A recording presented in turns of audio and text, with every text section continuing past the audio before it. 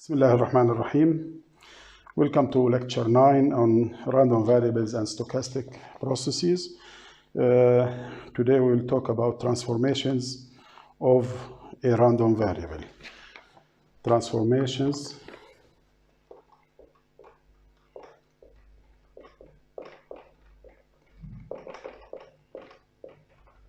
of a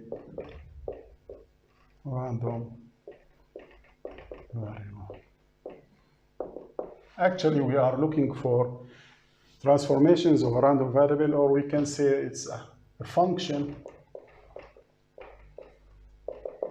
of one random variable. Okay, function of one random variable.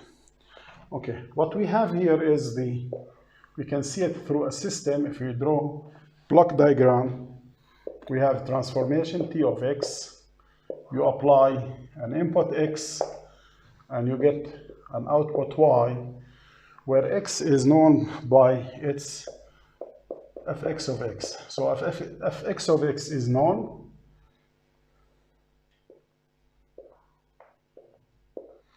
T of X is also known,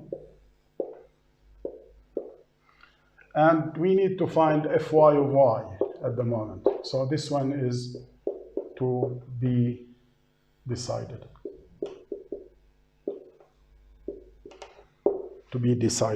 Okay? We need to find this one. Knowing fx of X, knowing T of X, what should be Fy of Y? This is our problem at the time being. Okay? So to make things easier and simple, we will subdivide this discussion into parts. We will take the first part, which is case 1, let's say. We will talk about monotonic transformations. So we discuss monotonic transformations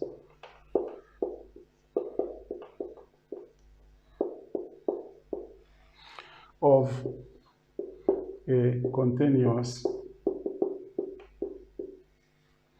random variable.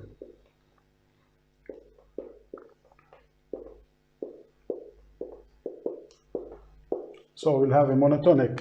Now, monotonic transformation has two parts also. It could be increasing, monotonically increasing function or monotonically decreasing function. What is a transformation that is monotonically increasing? We can say that, okay, we'll put it here, a transformation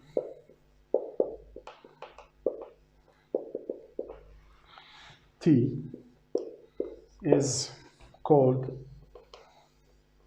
monotonically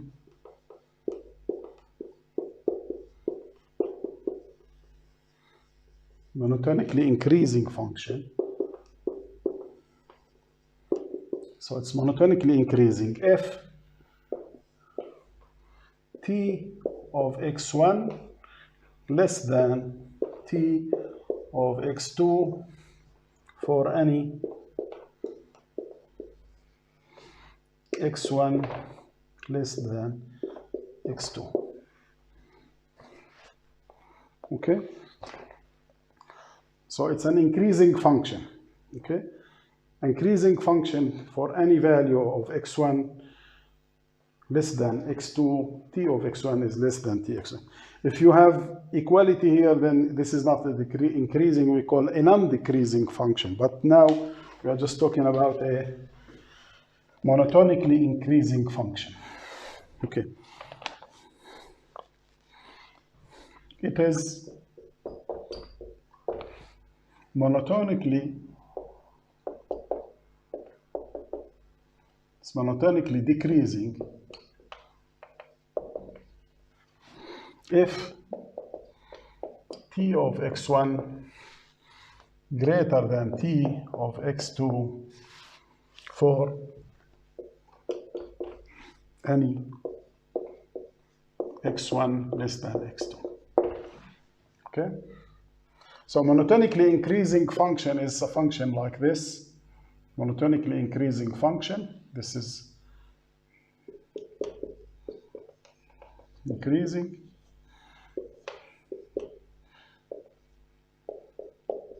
So t of x, and monotonically decreasing function is something like this. So this is decreasing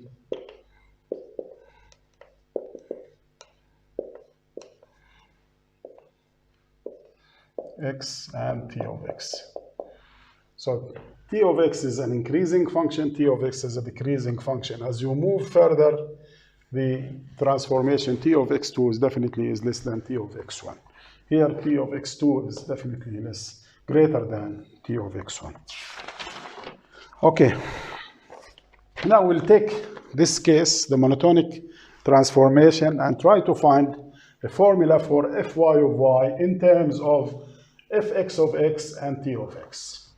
Okay, so we will consider first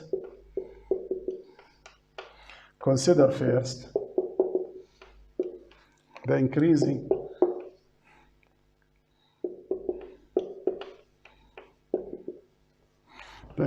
transformation.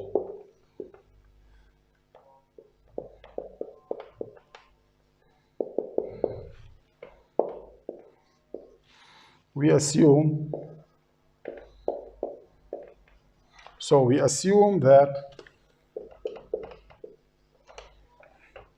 t is continuous and differentiable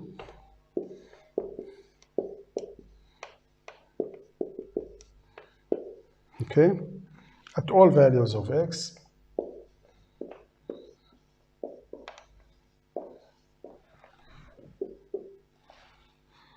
for which fx of x not equal to 0. Okay? So we will have this function. So this is our t of x, this is our x, and this is a monotonically increasing function. Now, if we take here x0, then definitely this is my y0, which is equal to t of x0. y0, which is equal to t of x0. And definitely, because you have a monotonically increasing function, it's one-to-one correspondence, and it's ever increasing, and you can, because it is monotonically increasing function, it has an inverse. So we can find that x0 is equal to t inverse of y0. So it's unique reversal function because it is monotonically increasing. Definitely the monotonically decreasing is the same. So you don't have, if you have more than one x that goes to the same y, then you cannot say it's like the x squared function. It's not monotonic because you have two different x's that goes to the same y. So it's not one-to-one correspondence. Okay, so this function is monotonically increasing function. You have an inverse for this function, x0 gives y0. Not only this, you know also that for this period of x, you have exactly the same amount of points in y. So for x from minus infinity up to x0, you have y also from minus infinity up to y0. Okay? So if we are taking fy of y0, which is equal to the probability of y less than y0, so we are looking for this actually. Not this one, the density function, but this is the distribution function. All the accumulation of probabilities for y less than y0, it's equal to all the random variable y less than or equal y0. Because of the transformation, monotonic and increasing function transformation with one-to-one correspondence, every point in x in the period between minus infinity up to x0 is mapped in a unique point in y from minus infinity to y0. So this probability definitely is equal to the probability that x less than or equal x0. Why? Because of the monotonically increasing property that the function or the transformation has. Okay, so if this period or this period is transformed into this period and you have one-to-one correspondence, then they have exactly the same amount of probability. But what is this? This is fx of x0. Okay? But what do we need actually? We need the densities. The relationship of this density with the relationship of this density, not the distribution function. Okay? So this one is actually the integration from minus infinity up to y0 fy of y dy equals to the integration from minus infinity up to x0 fx of x dx. Okay? Notice that this x0 actually is equal to T inverse of y0. Okay? I'm gonna differentiate both with respect to dy0. Okay? Now, the differentiation usually is a simple thing to do. If you have integration, then you can say, okay, I'm gonna interchange differentiation with integration. But we have a problem here. The problem is that the upper limit here and here are function of this differentiation. So we have to go to mathematics and use something called Leibniz rule. Leibniz rule says that if you have a function that is an integration and you need to do the derivative with respect to this, with respect to a certain parameter in this integration, where the upper limit and the lower limit are also function of this variable, then the differentiation of this integral will have three parts. Okay, let's put it in here and discuss it in a while. If you have g of u, which is equal to an integration from alpha of u to beta of u, the upper limit is a function of u, and the integrand inside is a function of x and you are integrating over x. So h of x, okay, x and u dx. So the end result of the function, when you integrate over x, the x will disappear and you end up with the total function of u. Okay? Now, what we would like to do is to differentiate with respect to u, d by du. So d by du, d of g of u by du. Notice here that the upper limit is a function of u, the lower limit is a function of u, and the integrand is also a function of u. When you evaluate such a differentiation over the integral, then the first one will be to apply, instead of x, which is the integral variable that you are integrating upon, you have to evaluate the upper limit inside. So this is h of beta of u and u. So you apply this one here and you multiply by d beta of u by du. So this is for the upper limit. For the lower limit, you have it with a minus sign. So you have a minus h of alpha of u and u times d alpha of u by du. Okay? Not only this, you have also a third item, which is the plus the derivative of h with respect to u. So you have to integrate from alpha of u, beta of u, partial h of x and u, partial u dx. Okay, so you have actually three parts.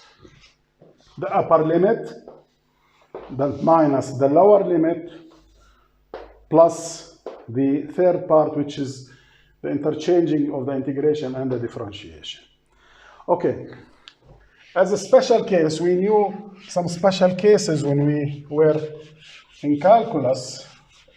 Most of the time, the limits of the integration are constants. If the limits of the integrations are constants, they are not functions of u, then the derivative, this derivative is zero, this derivative is zero, so this one will vanish, this one will vanish, and you end up with interchanging the derivative and the integration. So the derivative goes inside, you do the derivative, and then you implement the integration. So let's put this special case. When the integral limits are constants,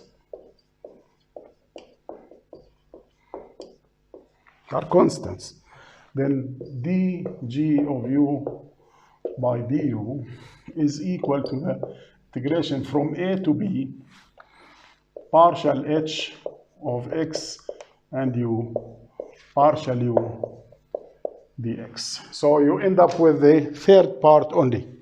The first one will be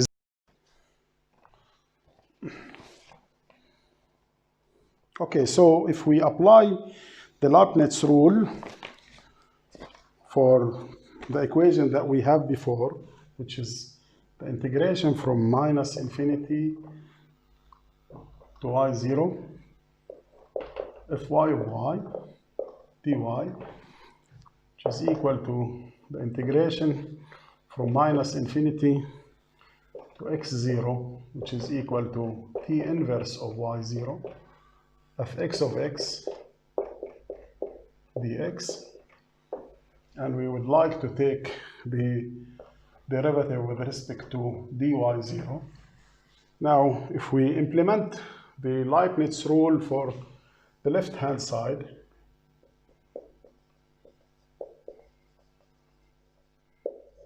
the Leibniz rule for the left-hand side, taking into account with u equals y0 and x equals y in our case. So we will end up with the upper limit, which is f y of y0. So it's only the third one times the derivative of dy0 with respect to dy0 minus the lower limit is 0 because it's constant, minus infinity, and the the differentiation of fy of y with respect to y0 is also 0, so the integral inside the third part is also equals to 0. Taking the same thing to implement the Leibniz rule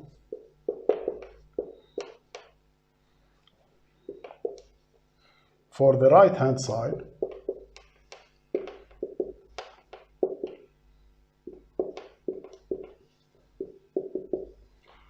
with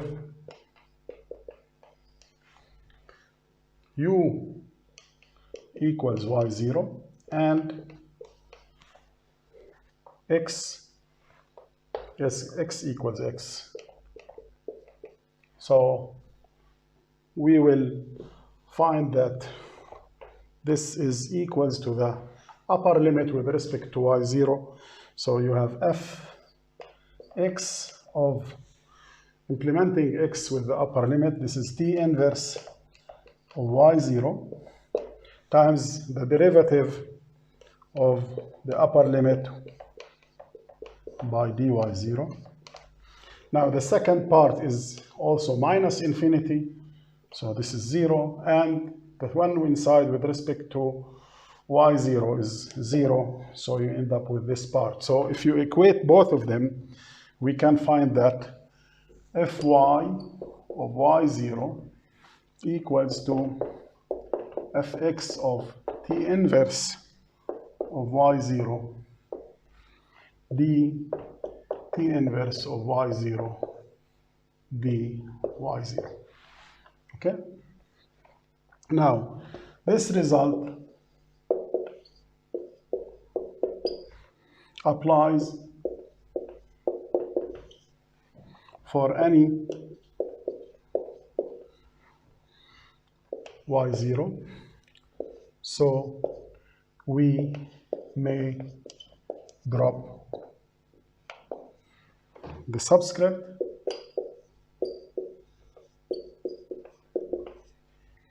and we have fy of y equals to fx of t inverse of y times d t inverse of y by dy. So this is for the monotonically increasing function. Okay, for the decreasing function,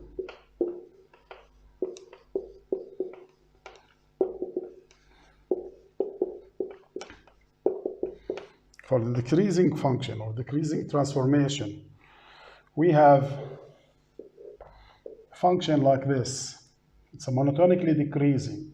If you take x0 and it has a corresponding y0, which is also equals to t of x0, and x of 0 equals t inverse of x. Still, it's one-to-one correspondence, but looking at all the values in y from minus infinity up to y0, you can find out that all those values are corresponding to values of x that are greater than x0. So if you take this value here, you have an x here. If you take this value here, you have an x here.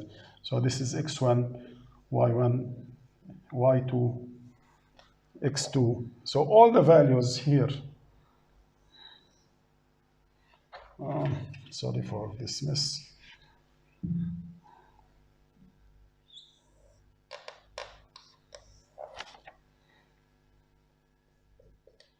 Goes from x0 to infinity. So the period for y from minus infinity to infinity corresponds to a period for x from x0 to infinity. Okay? If we take this into consideration,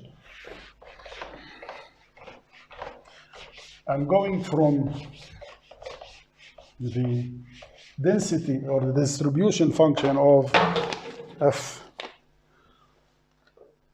fy of y0. This is equals to the, by definition, of the probability of y less than or equal y0. But this is equals to the probability that x is greater than or equal x0. Okay? This is not the PDF of x, but this is the PDF of y. Okay, but what is the relation of this one with the PDF of x? Okay, we know that if you have x from minus infinity to infinity, this is x, and you have x0 somewhere here. So this one here is x less than or equal x0. And this one here is x greater than x0. Let's put the greater than and this one here without. I'm going to put the equality here. It doesn't matter whether it's here or here because it's a discrete event in a continuous random variable. The probability of this discrete event is equal to 0. So this is an event, and this is another event. They are disjoint, and so or mutually exclusive.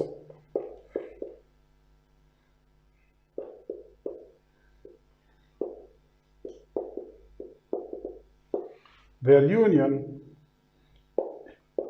so the event for x less than x0, union x greater than or equal x0 is equal to the whole sample space, the real numbers. So the probability of this equals the probability of this. Those are mutually exclusive, so it's the probability of x less than x0 plus the probability of x greater than or equal x0 equals 1. This one is fx of x0 plus this probability which we are looking for. So x, x0. So this is 1 minus. So it's equal 1. So this one is equal to 1 minus fx of x0. It's not equal to fx of x0. It's 1 minus fx of x0. Okay. So we would like to do the same thing, differentiate with respect to, or using the Leibniz rule. So we will repeat the steps as before, using Leibniz rule for both sides.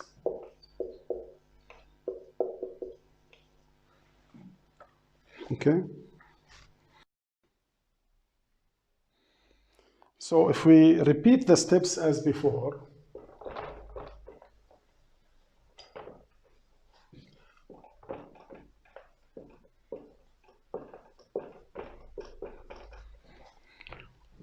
using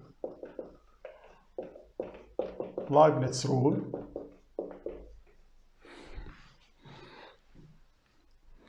but notice also that the right-hand side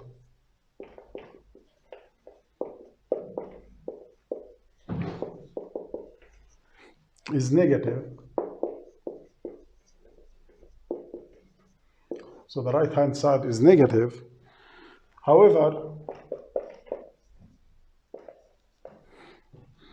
since the slope of the inverse of y is also negative, because you have a monotonic decreasing function or transformation.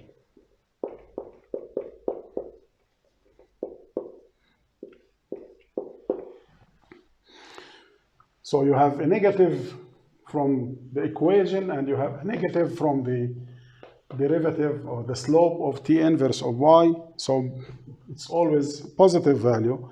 This means that you have fy of y, or let's say then fy of y is equal to fx of t inverse of y times the absolute value of the t inverse of y by dy. Okay, so this equation goes for both the monotonically increasing and the monotonically decreasing function. So this is our final result for the case of monotonic transformation, whether it is decreasing or not. So fx of t inverse of y multiplied by the absolute value of the derivative of the inverse of the transformation. Okay, let's apply this for an example where we have very important results to take or to see from this example that we will see in a while. The example is talking about the normal or the Gaussian PDF. Let fx of x be the Gaussian with mean of ax and variance of sigma x squared. So 1 over square root of 2 pi sigma x squared e to the minus x minus ax squared divided by 2 sigma x squared. And x here goes between minus infinity and infinity. So this one here is n of ax and sigma x squared. Okay, normal. And we're gonna let y equals ax plus b. So this is a linear transformation.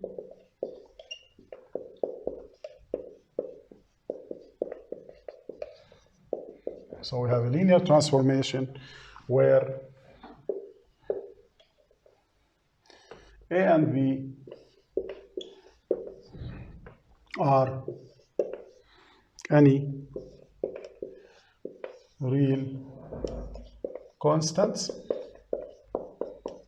Okay. We need to find fy of y. So x will be transformed through this linear transformation to y. What will be the PDF of the new random variable y? Okay. Notice that here is ax plus b. If x is, this is a linear transformation, so if a is greater than 0, then you have some transformation like this. It's a constant line with a slope of a. So if a is greater than 0, you have a monotonically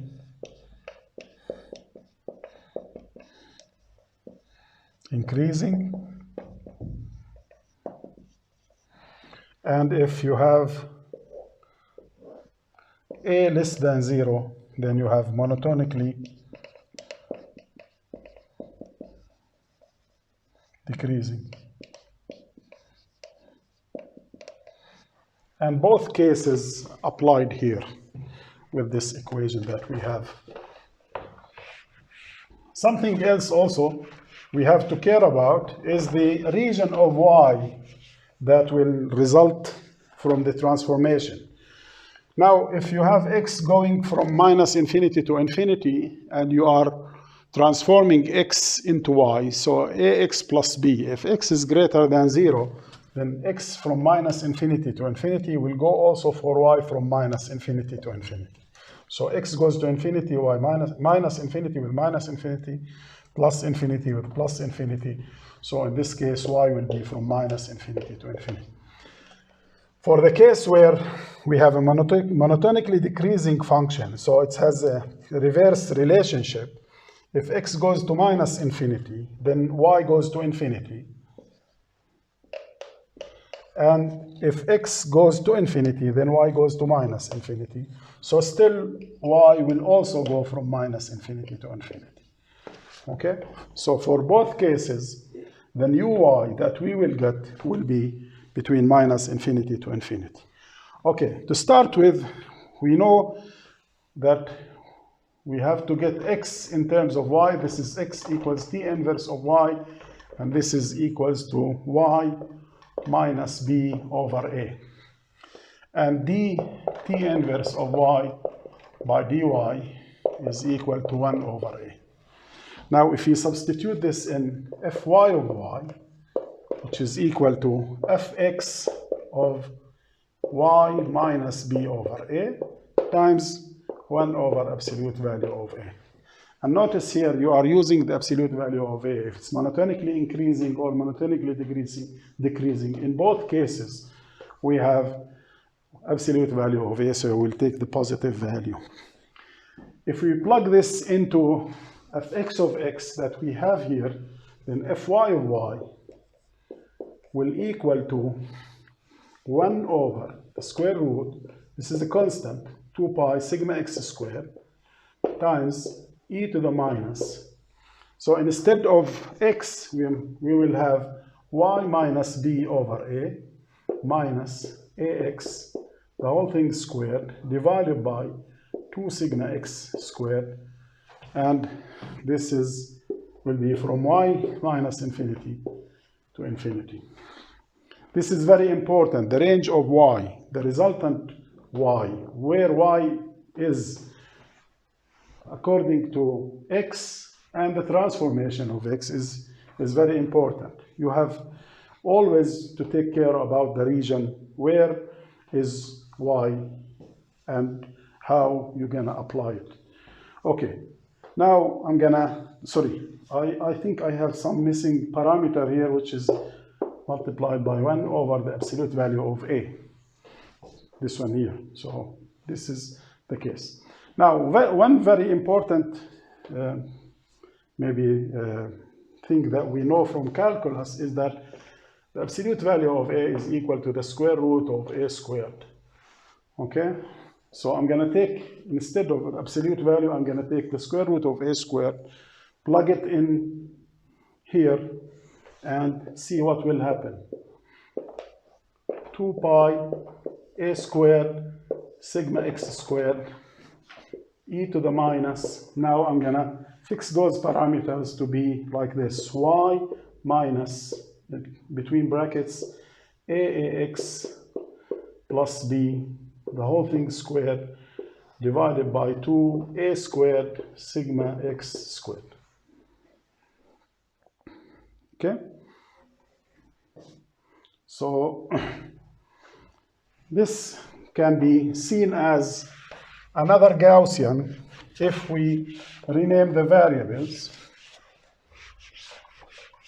So if I can claim that fy of y is equal to 1 over square root 2 pi sigma y squared e to the minus y minus ay squared divided by 2 sigma y squared, and this is for y between minus infinity to infinity.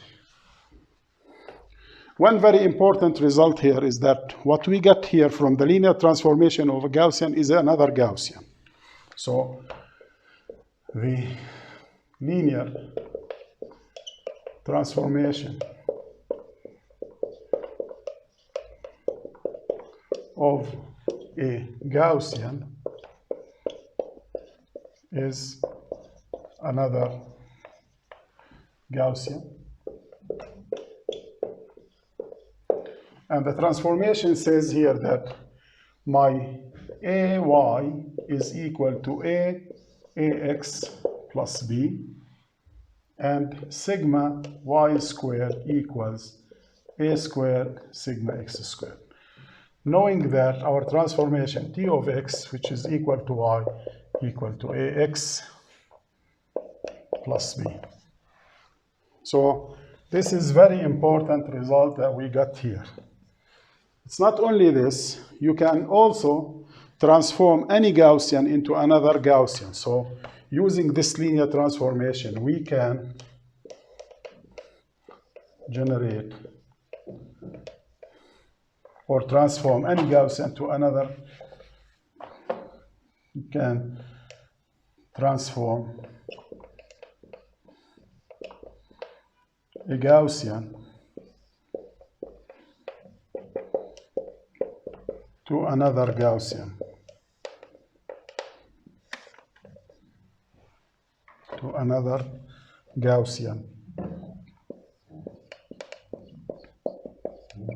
through linear transformation.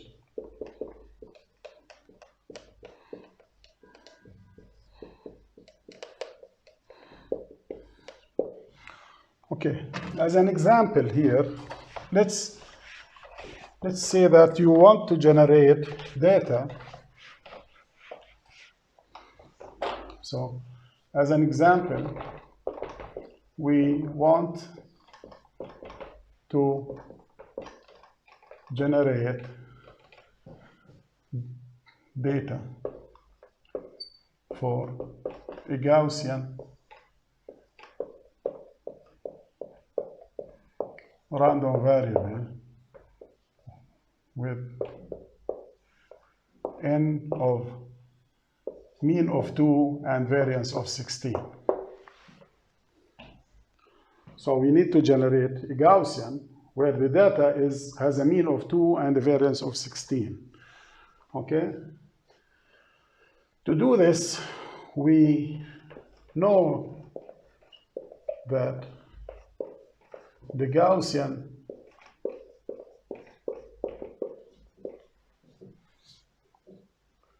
in our computers X belongs to a normal of 0 mean and unit variance. So we have data coming from 0 mean and unit variance, and we need a data with a mean of 2 and a variance of 16. So to do this, we have to say that, okay, our y is equal to ax plus b, where x is our 0 mean and unit variance, and y is our normal of 2 and 16. So we have to go for or look for a linear transformation. What are the required a and b such that when you put the data, x data, in this linear transformation, you get a data that has the PDF or the distribution with a mean of 2 and a variance of 16. Those are the two guidelines or the two equations guideline that we are going to apply. So my ay is equals to 2, and this is equals to a, with ax equals 0 plus b.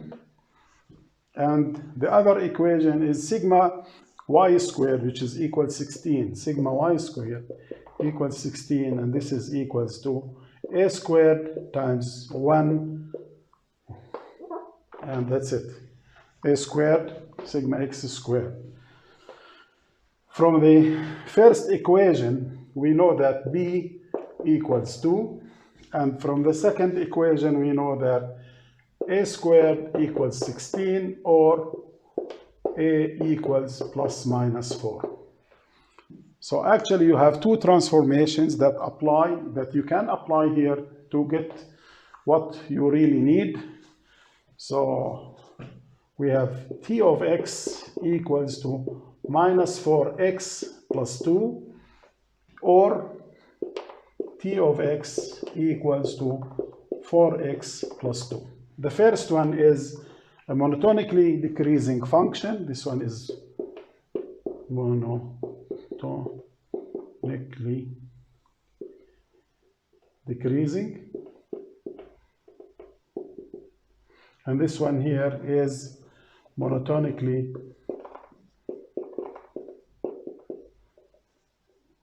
increasing. But both of them will give you the resultant data. If you apply this one or this one, definitely the average or the expected value or the mean value will be 2. It's not 0 anymore. And the variance will be the a squared times the old variance, which is 4 squared 16 times 1, which is equal to 16. So you will get this one.